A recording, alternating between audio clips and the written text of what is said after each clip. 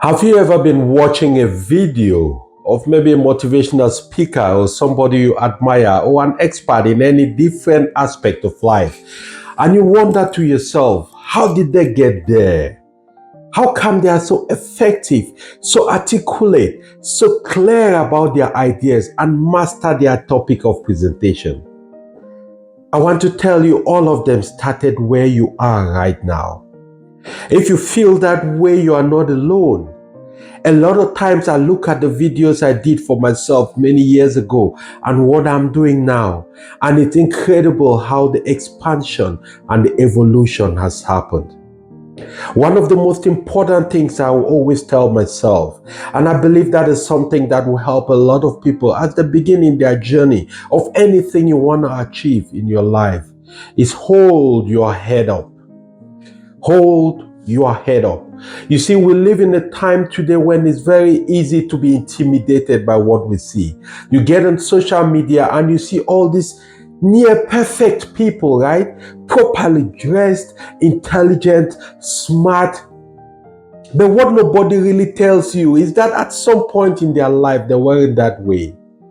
What nobody really intimates to you is that sometimes a lot of the videos are edited just for the best and the perfect portions of it to come true.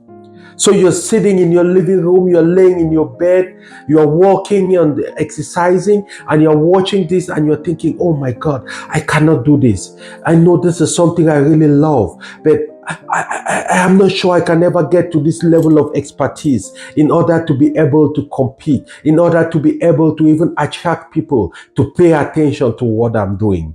I'm here to tell you, hold your head up. You see, welcome again to the channel. If you're new to the channel, please do well to hit the subscription button and also hit the notification bell. Like that, each time I have new content, you will be one of the first to receive that.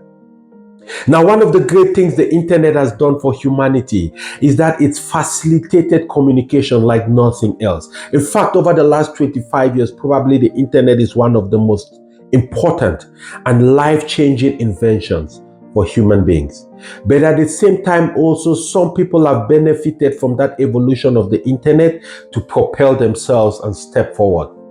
But a lot of people have been pushed to the wall, have been beaten, have been intimidated by the near perfect presentation they see every day, and they keep reinforcing the doubt in their mind. I cannot do it. I cannot do it. I can never get to that level of expertise. I can never make it to that level of excellence or be able to present at that. I want to tell you, hold your head up, right? It's important to hold your head up.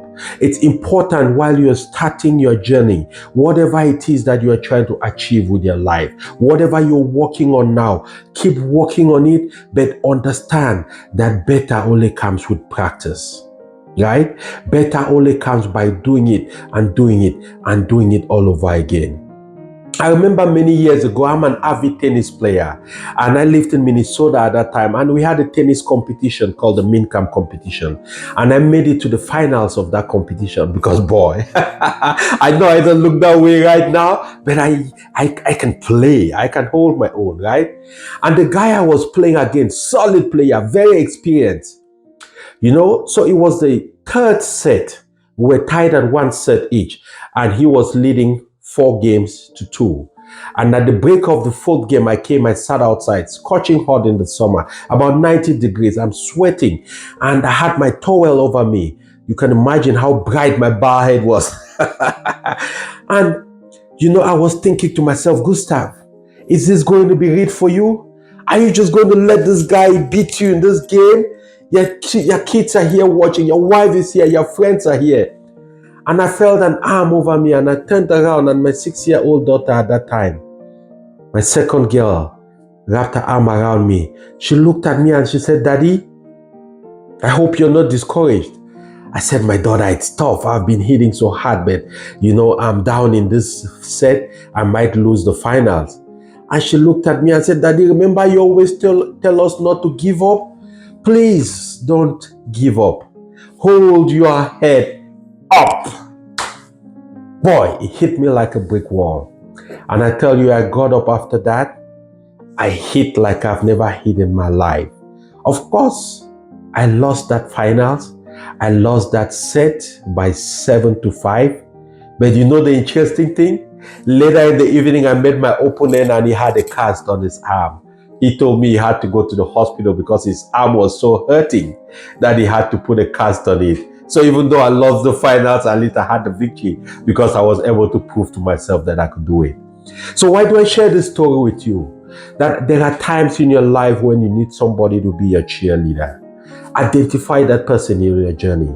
Identify those who are supporting your cause, those who are encouraging you, those who stand to see you become successful in whatever you're doing. Because there will be times when you need their voices to speak life into you.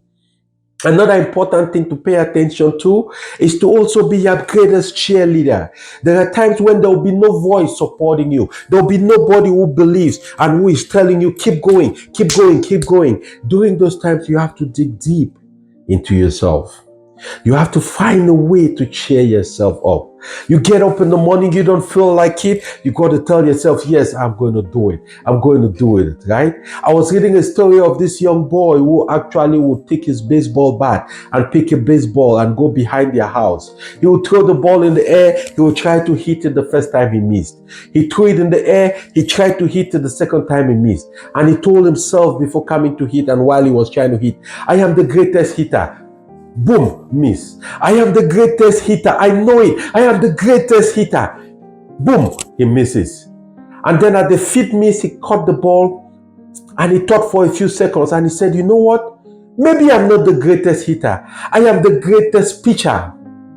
That changed his mind completely. It told him that even though he was missing to hit the ball, it doesn't mean he is not good. He might not just be good at hitting, but he is great at pitching because the pitcher's role is to pitch the ball so nobody can hit it. And he threw the ball in the air. As he tried to hit, he misses the ball and he reaffirmed to himself, I am the greatest pitcher. So there are times in life when you consistently do it and you're not getting the results you want to. Think for a second. You might not be looking at the results that is being produced by your body of work, but you are looking at the results that you're aspiring to get. The results that are being produced is a natural outcome of what you're doing. And that might just be the area of focus which you need to pay attention to. So understand that even though you might not be the greatest hitter, but you might just be the greatest pitcher. Even when you feel discouraged, understand you are not alone. It is not unusual. It is not unusual to not be able to feel like you are on top of the world every day. But during those times, the one thing I've learned that will help you sail through that process and be able to give you a chance to be able to get to your destination is consistency. Consistency is a word a lot of people don't realize is the defining factor of successful people and failures. They say success are small shots that are just being shot consistently until they become a big shot. Consistency is just doing it and doing it again and doing it again and doing it again and doing it again, whether you feel like it or not.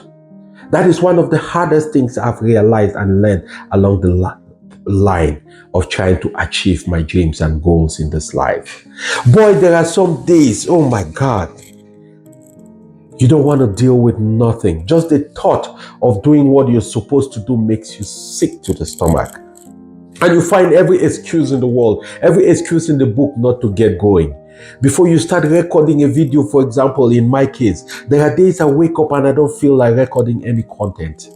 I will start making all kinds of excuses. I want to do laundry. I want to make up the bed first. I want to make sure, my office is a little too scattered. Let me arrange the boxes. Let me pack my books. Let me work on some scripts first. Let me walk around and get my mind clear. All of that is good. But at the end of the day, I have to calm down and get the work done. So consistency is the key.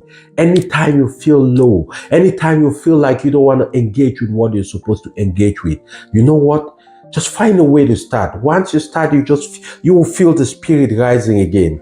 You see, we live in a time today of very ultra competitiveness. Average work is not going to cut it.